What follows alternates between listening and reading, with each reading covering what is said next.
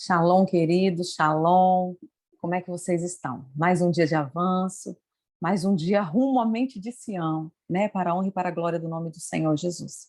Bom, hoje a gente está no nono dia, avançando, né? Avançando no reino, e o Senhor avançando o reino dele na minha vida e na sua vida, amém? Hoje a gente vai falar um pouquinho, queridos, sobre o que é a Babilônia, sobre os fundamentos, e talvez você fale, pastora, isso não tem importância. Queridos, conhecereis a verdade, né? E a verdade vos libertará.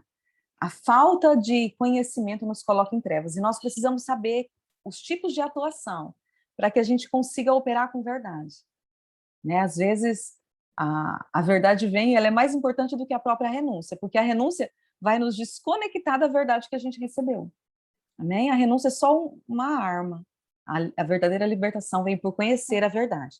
E a gente vai avançar um pouquinho mais, falando sobre essa Babilônia, sobre o que ela representa. E primeiro a gente precisa entender, queridos, que a gente não está falando da Babilônia num espaço geográfico, até mesmo porque esse espaço geográfico hoje, chamado Babilônia, ele nem existe mais. Ele existe o espaço geográfico com outro nome, a gente vai falar isso mais na frente, mas como Babilônia, ele nem existe mais. E todas as fortalezas, a gente não está falando do espaço geográfico, físico, terreno, mas nós estamos falando de algo espiritual. E sobre a Babilônia, nós estamos falando sobre um espírito sedutor que opera através de estratégias do anticristo, daquele que se opõe a Cristo, daquele que opera contra as obras e as manifestações do nosso Cristo, que tem invadido, queridos, tem essa operação das trevas, esse espírito sedutor tem invadido as igrejas, tem invadido louvor, tem invadido livrarias, tem invadido casas, famílias cristãs, tem entrado para roubar os meios que a gente usa, né, como cristão. Esse espírito sedutor, ele tem entrado para nos roubar, para nos encantar e nos levar, queridos, a viver uma vida fora de Cristo. Porque nenhuma fortaleza tem o intuito que você ou eu nos desviemos.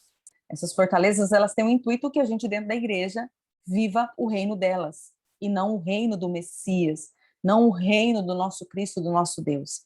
Essas fortalezas vêm armadas com um arsenal de encantamentos mundanos e muitos benefícios para a carne.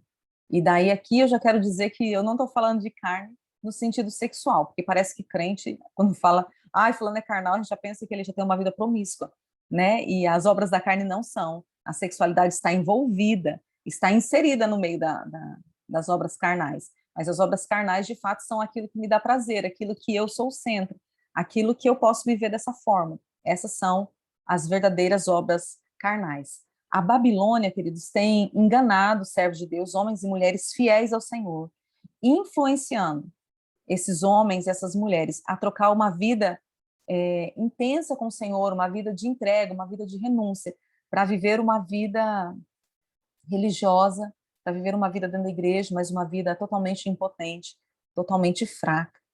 Vamos lá, vamos pensar um pouquinho. Eu não sei com quem eu estou falando aqui, né? Não sei quem está assistindo, e eu não sei qual é a sua caminhada, nem quantos anos de cristão você tem. Eu tenho 25 anos de cristã. E eu olho para trás e vejo o quanto que a igreja enfraqueceu. Nós avançamos já em muitas coisas, amém? Mas o apóstolo Éder fala uma coisa que eu acho muito legal e é muito verdadeira. Qual é a sua expectativa ao ir para a igreja? A gente não gera expectativa, já parou para pensar?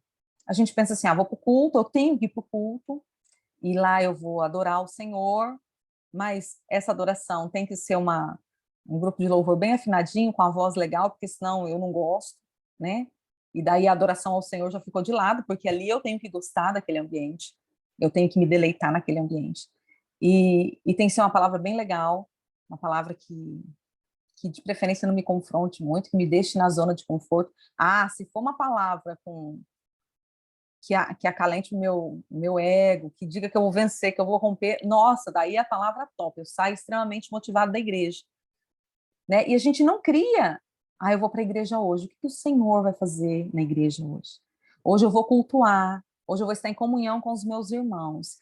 O que o Senhor, meu Deus, vamos reunir, gente, vamos orar, vamos pedir para o Senhor que Ele faça algo. A gente não cria mais expectativas. A gente não vai para a igreja pensando, olha, hoje vai ter libertação, hoje vai ter cura, hoje o paralítico vai andar, o doente vai sair curado, hoje o Senhor vai mudar a sorte financeira de alguém, A gente não cria, queridos, a expectativa do milagre, da manifestação do poder de Deus. E quando eu me converti, eu via os irmãos mais velhos, né? Os irmãos que já tinham bem mais tempo de convertido do que eu, eles falavam, às vezes, com certo saudosismo da igreja do começo, sabe?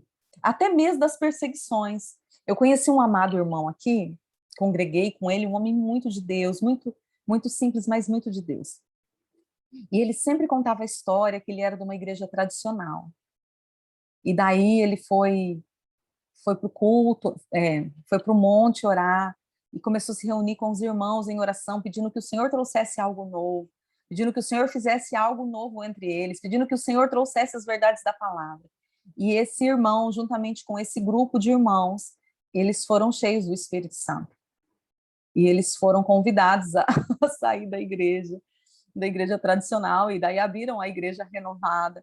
E daí, queridos, ele falava isso com tanta alegria, sabe? Com tanto entusiasmo. Nós recebemos o poder do Espírito. E a gente foi expulso da igreja. Sabe, isso no coração dele. Ele não foi expulso porque ele era melindroso. Ele não foi expulso porque ele era um pecador e não queria se consertar. Ele foi expulso por amor a Cristo. Isso para ele era um troféu, queridos. E a gente hoje, a igreja é tão normal, a igreja é tão misturada, que quando Deus faz um milagre, fica todo mundo extasiado. Uau, aconteceu um milagre, como se fosse algo surreal. E, na verdade, a gente deveria ser normal isso no nosso meio. Para a gente isso deveria ser natural, deveria ser surreal o não acontecer nada, o Senhor não se manifestar, o Senhor não falar, o Senhor não bradar, o Senhor não libertar, o Senhor não curar, o Senhor não alinhar, o Senhor não consertar, né? Mas Babilônia vem justamente para isso, para nos roubar e criar uma igreja impotente, aonde Deus não é mais o centro, né? E parece que isso tem acontecido bastante em nosso meio. O propósito aqui, queridos, trazendo essas questões da Babilônia, é mostrar que essa meretriz, essa prostituta, como diz em Apocalipse, né? Por que é prostituta? Porque ela tem prostituído as coisas do Senhor, ela tem enganado, ela tem misturado, expor as obras dessa frequência, dessa fortaleza maligna. Então, nós precisamos ver a sua maneira sutil de inserir os seus pensamentos na igreja dos últimos dias. Creio que chegou o tempo, queridos. Eu creio que chegou o tempo onde o Senhor está despertando uma igreja que por muito tempo ficou sonolenta por causa dos encantamentos e das seduções. Eu creio que o Senhor está despertando uma igreja, e eu e você somos essa igreja, e que está recebendo um grande toque, essa igreja, eu e você, nós estamos recebendo um grande toque da parte do Senhor, um toque de despertar. O chofar do Senhor tem sido ecoado, e o Senhor tem despertado o nosso espírito. E esse despertar está conduzindo um povo a se santificar e a sair, queridos, dessa influência das trevas, sair dessas obras de engano. Muitos dizem, queridos, que Babilônia é Roma, né? É a igreja romana hoje, mas isso não é real, isso não é verdadeiro. Assim como a Grécia, a gente já falou na semana passada que a Grécia é os fundamentos, né? Aonde se constrói as outras fortalezas, porque a Grécia é responsável de bloquear o nosso entendimento, de paralisar, né, o nosso caminhar, de impedir que a gente entenda, que a gente receba, que a gente flua, de fazer com que a gente haja no humanismo, de fazer com que a gente haja na força do nosso braço, né? A Babilônia é a mãe de todo o paganismo. Babilônia é a mãe de toda a feitiçaria. Babilônia é a mãe de toda a idolatria e da perversão sexual. Babilônia é a mãe de toda a confusão. Seu próprio nome diz isso, né? Quer dizer confusão. A igreja romana é filha de Babilônia. Por isso ela usa dos mesmos deuses. A gente vê muito isso aqui no Brasil, o sincretismo religioso, né? Onde os deuses, às vezes até muda a cor da pele, mas eles usam a mesma roupagem, eles são os mesmos, eles vêm dos mesmos lugares, eles vêm das mesmas bases. E por que que você vê um deus na igreja romana e vê um deus na Umbanda, vê um deus no Candomblé e às vezes se choca quando vê que é o mesmo? Por causa disso. Eles são irmãos e operam com a mesma família de espíritos. E eles são irmãos porque todos eles são filhos da Babilônia, amém? E para a gente entender isso, vamos lá. Para a gente ver que realmente Roma e Babilônia não são a mesma coisa, mas operam de formas semelhantes, amém? Vamos ver quando que a Babilônia começou. Babilônia começou por cerca de 2.300 anos antes de Cristo, na época de Gênesis, na época de Noé, né? Foi o tempo que Babilônia começou. Enquanto Roma foi fundada por cerca de 753 antes de Cristo. Então a gente vê o tempo. Mas pastora, você falou que não é um espaço geográfico. Sim, queridos. Nós somos a sombra. O mundo físico é a sombra do mundo espiritual.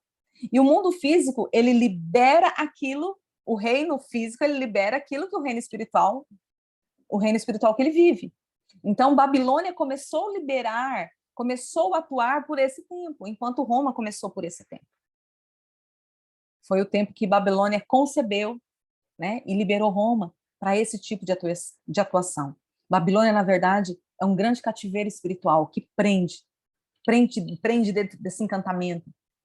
E a partir de amanhã a gente vai começar a falar um pouquinho sobre Daniel, porque Daniel foi um homem forjado dentro do cativeiro babilônico. Foi um homem que esteve lá fisicamente, geograficamente, e esteve espiritualmente. E em Daniel nós temos chaves para vencer, para prosperar, para romper.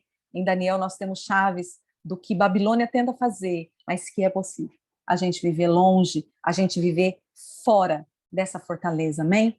Que o Senhor te abençoe, que o Senhor te guarde, que o Senhor te faça prosperar, que a luz do Senhor venha sobre a sua mente e quebre toda a fortaleza, e que verdadeiramente a mente de Sião seja estabelecida na sua casa, seja estabelecida em você, que você seja um propagador, uma propagadora do reino de Deus, que você avance, avance, avance, avance, e o reino de Deus avance em você e através de você, por onde você for e por onde você passar. Que o Senhor te guarde, que o Senhor te esconda, que o Senhor te faça prosperar nessa trajetória. Amém? A renúncia de hoje é sobre o inframundo. E aqui eu quero te pedir algo, queridos. Não leia a renúncia. Pastora, como que eu vou fazer sem ler? Entenda a renúncia. Aquilo que você não praticou, ore falando, Deus, se algum antepassado meu fez isso aqui, misericórdia, perdoa, quebra isso sobre a minha vida. Isso aqui, Deus, eu fiz. Tem misericórdia de mim. Não faça dessas renúncias, queridos, algo pronto e para facilitar a sua vida. Você tem que se voltar a Deus, você tem que se arrepender. Nós estamos no tempo do arrependimento. Que o Espírito Santo gere em você temor e tremor e que você possa verdadeiramente se arrepender, porque o arrependimento vai te ajudar a sair de todas essas fortalezas. Que a bênção do Senhor seja sobre você e que você prospere nesse caminho para a honra e para a glória do nome de Jesus. Amém? Shalom, shalom. Nos vemos amanhã.